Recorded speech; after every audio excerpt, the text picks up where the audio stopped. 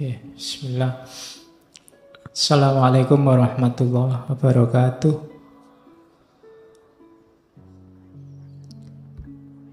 Oke, nah kalau hidup begitu, kebahagiaan terus. Lah kalau gitu apa harus sumpek? Enggak, katanya Markus. Meskipun hidup itu selemah itu, tapi kita tetap bisa bahagia. Rumusnya bahagia simpel. Yang pertama pikiran. Kebahagiaan hidupmu tergantung kualitas dari pikiranmu. Hari ini, detik ini kamu bisa langsung bahagia meskipun sedang sumpek urusan apa wae, tinggal kamu detailkan urusanmu apa. Uang habis, makalah belum selesai, dosen ngamuk-ngamuk, bapak kos nagih misalnya. Itu kan sumpekmu kan kamu bawa di sini. Itu detik ini juga bisa selesai itu semua, tinggal kamu geser caramu berpikir. Yo gampang lah rumusnya. Duit habis gampang, teman masih banyak. Ya ngampung-ngampung dikit makan ndak apa-apa lah, hutang-hutang dikit pasti boleh. Nilai jatuh, malah semester depan bisa diulang. Ya, makalah kok belum jadi-jadi gampang. Google masih sedia banyak referensi. Itu kan lebih simpel. Tergantung pikiranmu. Berarti apa? Sekarang ayo dinikmati. Atau paling tidak, sekarang kan sedang ngaji di masjid. Urusan makalah, urusan besok kuliah, urusan duit kan nanti kalau mau makan urusan. Jadi sekarang gak usah tak pikir itu. Nanti jatahnya mikir itu nanti kalau berhadapan dengan urusannya. Kalau sekarang ya mikir ngaji. Itu kan kamu terus jadi bahagia. Jadi tergantung pikir. Ada urusanmu berat, apapun beratnya tinggal alah sekarang mikir ngopi-ngopi dulu lah, ngerokok-ngerokok dulu santai. Lu iso bahagia detik itu juga. Jadi kebahagiaanmu itu tidak tergantung apa-apa di luar dirimu, tapi pikiranmu. Makanya sangat sedikit hal yang dibutuhkan untuk hidup bahagia dan semuanya ada dalam dirimu. Di mana itu caramu berpikir. Misalnya kamu, Pak, saya sumpek hari ini, Pak. Orang Indonesia itu loh terpecah dua. Ada kubu pro calon ini, kubu pro calon itu. Loh yang nyuruh kamu mikir itu loh siapa? Nggak ada orang yang nyuruh kamu ngomentari itu loh. Salahmu dewe kamu menyumpekkan dirimu dengan itu. Bahagialah. Banyak hal untuk dinikmati dan bahagia.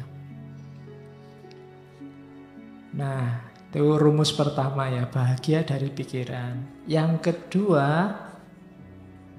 kebahagiaan akan lahir, hati-hati jangan dicantelkan pada hal di luar dirimu. Katanya Markus, kebahagiaan mereka yang ingin populer tergantung orang lain. Orang yang semacam ini tidak akan bisa bahagia.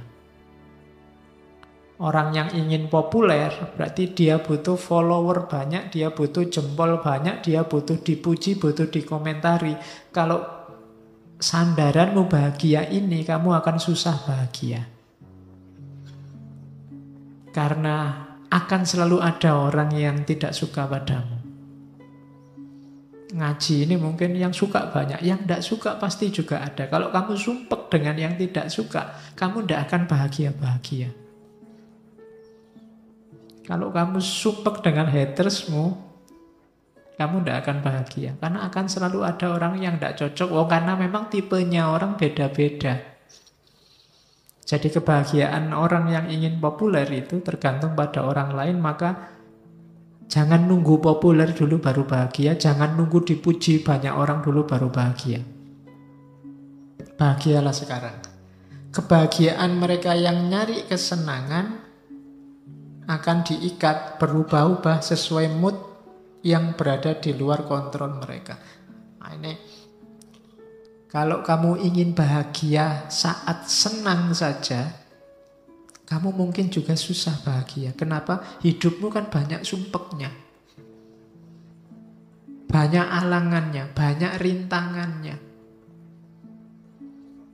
Seneng wisuda ndak lama, besoknya sudah sumpek mikir kuliah lagi apa kerja, apa kawin, sumpek lagi.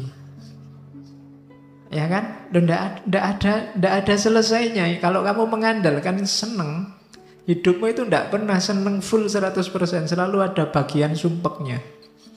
Kalau kamu nunggu mood seneng baru bahagia, kamu mungkin ndak bahagia-bahagia. Alhamdulillah Pak, dapat uang banyak. Besoknya sumpek, ini duitnya buat apa? Terus gegeran, terus macam-macam. Ndak lama ternyata kalau bahagia itu mengandalkan seneng.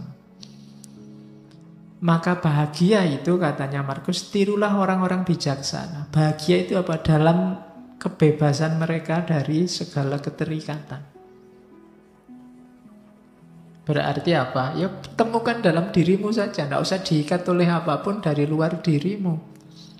Dengan pikiranmu saja sekarang kamu sudah bisa bahagia kok. Ngapain capek-capek nyari cantelan di luar?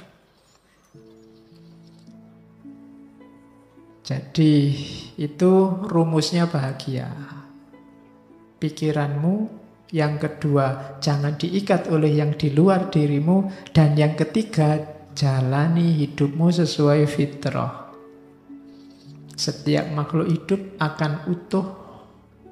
Berarti menemukan kebahagiaannya saat mengikuti jalan dalam alamiahnya sendiri. Jadi jalannya sendiri yang alami. Ya kayak tadi loh, ya kalau lapar ya makan, haus ya minum, simple, jalan-jalan hidup yang simple, ndak rumit-rumit. Kamu akan bahagia.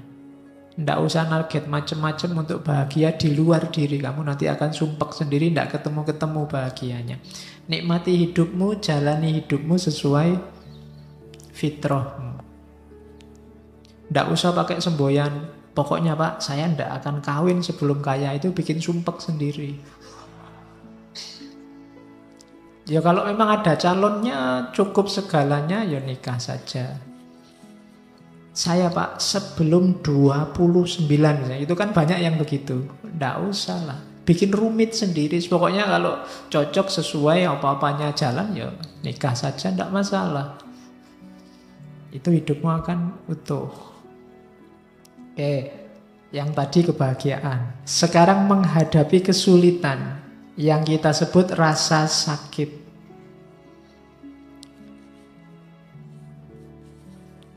Katanya Markus, saat engkau tersiksa oleh sesuatu dari luar dirimu, rasa sakit itu sebenarnya bukan dari sesuatu yang menyakitimu, namun dari anggapanmu terhadapnya.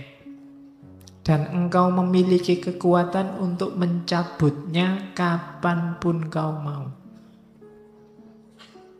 Kalau kamu disakiti orang, loh sebenarnya orang itu tidak bisa menyakitimu kalau kamu tidak mau sakit. Pak, orang itu bikin aku mangkel ya Pak. Loh, salahmu sendiri mau mangkel. Mbok kamu ndak usah mau jengkel, nggak usah mau mangkel kan, ndak jadi dia membuat kamu jengkel. Dia membuatmu jengkel karena kamu mau jengkel. Tolaklah rasa sakitmu dan rasa sakit itu akan lenyap. Ndak ada orang bisa menyakitimu, ndak ada orang bisa mencurangimu, nggak ada orang bisa menaklukkanmu kalau kamu sendiri tidak mau. Jadi katanya Markus, raih kembali kesadaranmu, panggil kembali dirimu, dan bangunlah sekali lagi. Kini akan kau sadari bahwa yang mengganggumu hanyalah mimpi. Pandanglah kenyataan ini sebagaimana engkau memahami mimpimu. Ya silahkan sekarang didaftar apa yang membuatmu sumpek, membuatmu sakit, membuatmu merasa tak berdaya, membuatmu merasa lemah. Semuanya pasti tidak real. Semuanya bukan sesuatu yang nyata. Hanya permainan pikiranmu dalam tanda petik. Nilai jelek Ya nilai jelek itu kan fakta, nilai jelek selesai. Dia tidak harus menyakitimu bahwa kamu besok akan ngulang kuliah lagi sehingga nilainya jadi baik. Ya diulang saja tanpa harus merasa sakit kan bisa. Diputus pacar Pak, itu sakitnya luar biasa. Ya wis putus, ya putus saja. Lah kok enak? Aku yang diputus kok terus aku merasa sakit. Kan double berarti. Kamu mutus aku ya sudah, tapi aku tidak sakit kok. Wah itu lebih gaya. Ya. Jadi sakit atau tidak itu kan kamu yang bisa ngatur. Pedih hatimu itu dirimu sebenarnya. Tidak bisa engkau membuatku sakit hati, itu tidak bisa. Kamu sendiri yang mau dihinggapi rasa sakit itu. Ada orang maki-maki kamu kayak apapun, kalau kamu tidak tersinggung kan tidak ada apa-apa. Saya tersinggung loh Pak. Lihat salahmu sendiri tersinggung. Kamu tidak tersinggung itu bisa lah, kok milih tersinggung. Itu kamu milih rasa sakit. Itu maunya Markus. Jadi tidak sakit atau tidak itu sebenarnya kuncinya di kamu. Terus tak seorang pun dapat kalah, baik di masa lalu atau di masa depan. Bagaimana orang bisa kehilangan apa yang ia tidak miliki? Yang sering membuat kita sakit kan dua hal ini. Harapan dan kekecewaan. Kecewa itu kan karena masa lalu, harapan itu karena masa depan. Masa lalu dan masa depan itu dua hal yang tidak kita pegang sekarang, tidak kita miliki sekarang. Loh, lah kok kita bisa disakiti oleh sesuatu yang kita tidak punya? Kok kita bisa kalah oleh sesuatu yang tidak ada? Masa lalu itu kan tidak ada, sudah lewat. Masa depan itu nanti belum terjadi. Nah kok kita bisa kalah oleh itu, katanya Markus? Harusnya tidak. Jadi kekecewaan dan harapan itu jangan sampai membunuhmu. Kenapa? Karena dia sesuatu yang tidak ada. Sesuatu yang tidak ada jangan menyakitimu. Hidupmu kan di masa kini. Dia tiba-tiba menyakitiku Pak, aku tiba-tiba diputus. Kapan? Tadi. Oleh sudah tadi aja, sudahlah. Nah iya kan? Kan berarti masa lalu itu. Meskipun 1 jam yang lalu kan sudah jadi masa lalu. Meskipun putusnya tadi sore jam 5, kan kamu sudah masa laluku itu kan? Iya. Oke, jadi jangan mau disakiti oleh masa lalu dan masa depan. Berpikir yang positif. Kayak di kalimat terakhir itu, adalah nasib burukku semua ini terjadi padamu. Padaku sebenarnya itu. Kita kan sering mengeluh begitu. Aduh nasibku kok jelek ya. Katanya Markus jangan begitu. Bilang saja nasibku baik. Adalah nasib baikku. Di mana nasib baiknya? Meskipun ini terjadi padaku, tapi aku dapat menanggungnya tanpa rasa sakit. Baik itu kehancuran di masa kini maupun ketakutan akan masa depan. Kalau kamu ada masalah apapun, jangan mengeluh. Bersyukurlah bahwa alhamdulillah aku masih kuat menanggungnya. Masih diberi kekuatan untuk menahannya. Nah, itu lebih positif. Jadi, sakitilah aku, injak-injaklah aku, jajalah aku, tapi aku kuat. Alhamdulillah aku. Kalau kamu nyari yang tidak ada masalah dan kamu tidak tersakiti, mungkin tidak bisa. Kamu hidup di dunia yang tidak ada masalah dan kamu tidak tersakiti itu. Bikinlah dirimu kuat menghadapi masalah dan rasa sakit. Maka segalanya akan selesai. Jadi, jangan mau disakiti. Jangan mau itu bukan untuk orang yang menyakiti, tapi untuk dirimu sendiri. Jangan kamu terima rasa sakit itu, maka kamu tidak akan sakit. Nah, ini rumus yang kedua. rasanya sih memang berat, tapi lama-lama dilatih mungkin bisa. Orang-orang besar, pemimpin-pemimpin besar, itu mungkin mereka mampu melakukan ini. Kalau besok kamu jadi pemimpin labil, mudah sakit, mudah tersinggung, mudah marah, mungkin kamu tidak bisa jadi pemimpin yang baik. Kamu harus punya daya tahan terhadap rasa sakit. Kamu harus kuat mendengarkan, kuat melihat, kuat membaca, kuat memahami, tanpa harus reaktif karena rasa sakit.